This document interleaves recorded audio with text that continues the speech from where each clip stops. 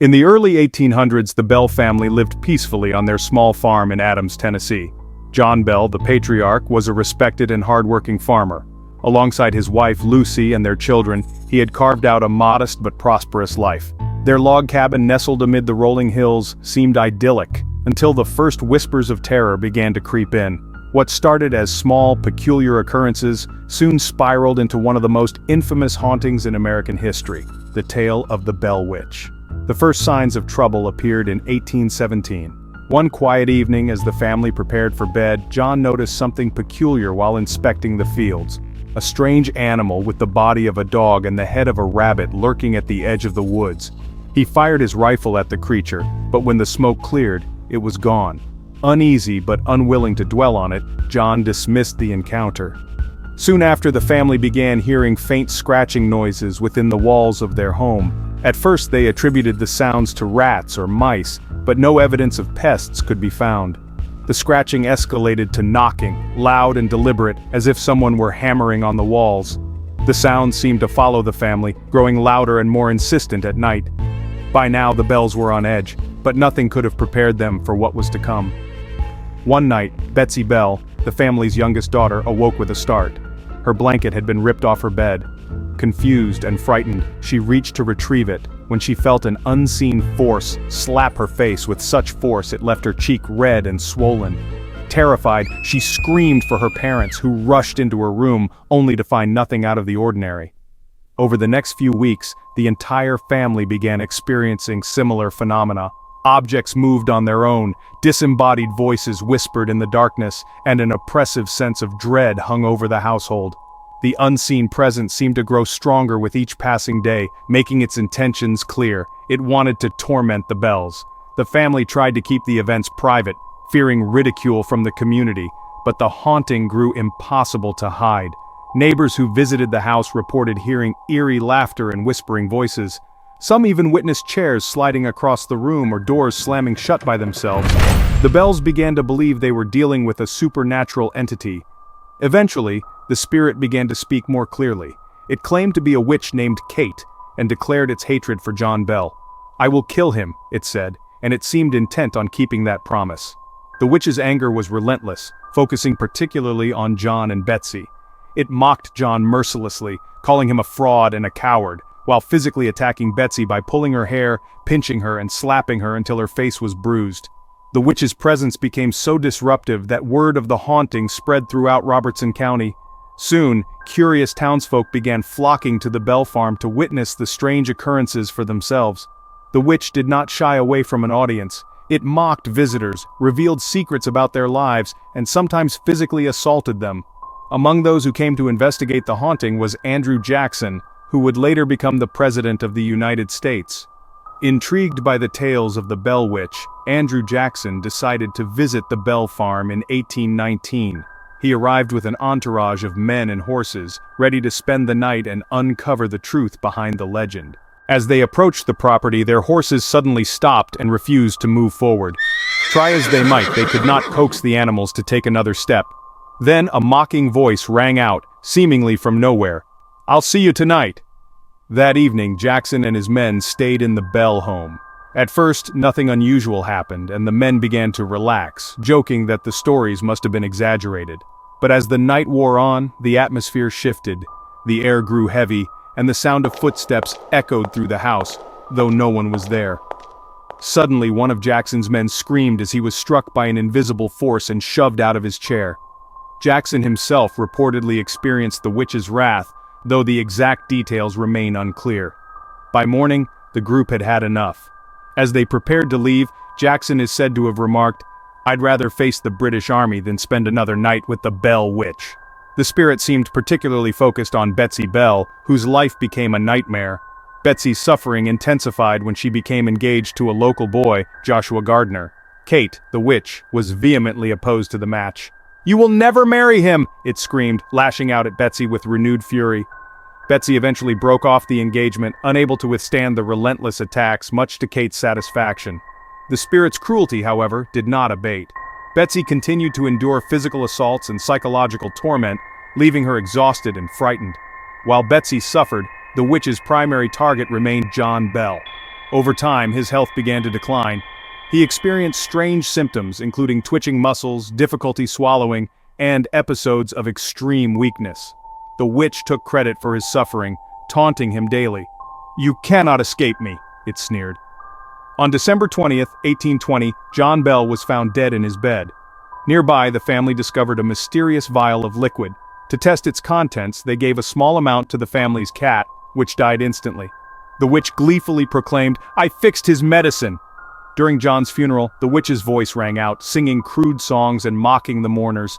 Her laughter echoed through the air, a chilling reminder of her power. After John Bell's death, the witch's presence began to fade. It no longer attacked the family as frequently, and life at the Bell farm slowly returned to normal. Before leaving, the spirit promised to return in 7 years. True to its word, it reappeared briefly in 1828, speaking with John Bell Jr. before vanishing again. What was discussed during that encounter remains a mystery, but the witch reportedly promised to return at an unspecified time. The story of the Bell Witch has endured for over 2 centuries, captivating generations of storytellers and paranormal enthusiasts. The Bell Witch Cave, located near the original Bell Farm, is believed to be one of the last remnants of the witch's domain. Visitors to the cave have reported hearing whispers, feeling unseen hands touch them, and seeing shadowy figures moving in the darkness. Some believe the witch was a malevolent spirit bent on revenge, while others suggest the events were a hoax or a case of mass hysteria. Whatever the truth, the Bell Witch haunting remains one of the most chilling tales in American folklore. Would you dare visit the Bell Witch Cave and risk awakening the spirit that tormented the Bells? What would you do if your dream home turned into your worst nightmare? If the walls whispered secrets, the floors groaned with unseen footsteps, and the air itself seemed to weigh heavy with malevolence? This is the chilling story of the Amityville Horror House, a story that has haunted generations and left us questioning what lies beyond the veil of reality. The story begins in 1974, in the quiet suburban town of Amityville, New York. On a crisp November night, 23-year-old Ronald DeFeo Jr. burst into a local bar screaming, "You've got to help me! They're all dead!" The patrons froze, their drinks forgotten. Someone asked, "Who's dead?" And with trembling hands, DeFeo replied, "My family." Police arrived at the DeFeo home on Ocean Avenue, a picturesque Dutch colonial with a steep roof and arched windows. Inside, they discovered a scene straight out of a nightmare. 6 bodies, Ronald's parents and 4 siblings, lay in their beds, all shot to death with a high-powered rifle. Strangely, no one in the neighborhood had heard gunshots, and the victims showed no signs of struggle. DeFeo confessed to the murders, claiming he had heard voices compelling him to kill. The house was soon empty, its walls holding the dark secrets of that fateful night. But its story was far from over. A year later, the Lutz family, George, Kathy, and their 3 children, purchased the house for $80,000, a bargain price due to its gruesome history. They believed the past couldn't hurt them. They were wrong. From the moment they moved in, strange occurrences began to unsettle the family. It started small, cold spots in certain rooms, doors closing on their own, and an overwhelming sense of being watched.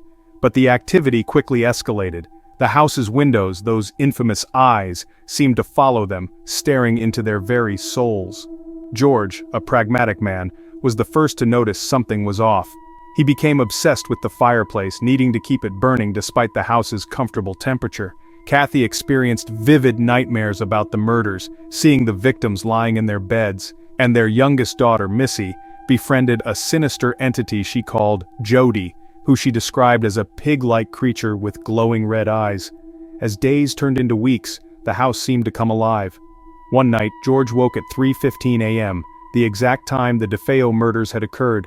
He heard strange noises, whispers, footsteps, and the sound of a marching band echoing through the walls.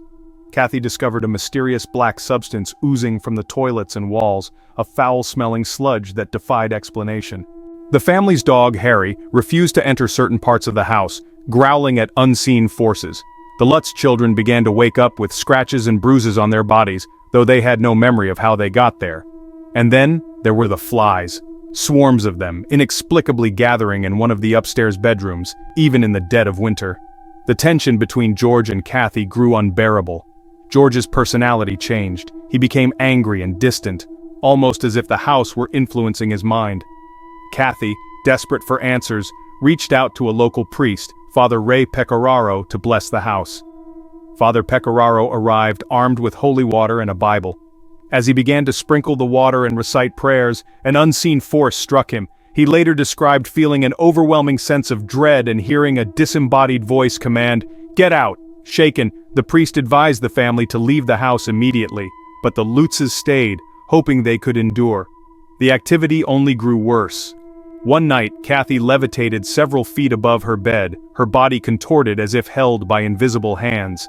George witnessed glowing red eyes staring at him through the windows, and Missy claimed Jody told her that her family would never survive. Desperate and terrified, the Lutzes fled the house after only 28 days, leaving all their belongings behind. They claimed the house was cursed, its very foundation tainted by evil. The Lutzes' story became a media sensation. Paranormal investigators Ed and Lorraine Warren, renowned for their work on haunted locations, were called in to examine the house. They reported feeling an oppressive energy and captured chilling photographs, including an image of what appeared to be a ghostly child peering out from one of the rooms. Skeptics dismissed the Lutzes' claims as a hoax, accusing them of fabricating the story for profit. But others pointed to the DeFeo murders as evidence that the house was a nexus of dark energy. Could the violent deaths have unleashed something malevolent? Or had the house always been cursed, long before the DeFeos moved in? What makes the Amityville Horror so captivating is the lingering mystery. The house still stands, though it has changed hands several times. Some owners claim to have experienced nothing unusual, while others speak of unexplained occurrences. Is the legend of the Amityville Horror a chilling ghost story, or does the house truly harbor a sinister presence? Would you dare spend a night in the Amityville house? Let us know in the comments below. Have you ever wondered what compels someone to keep building a house forever? A house with staircases that lead to nowhere, doors that open into walls, and hallways designed to confuse?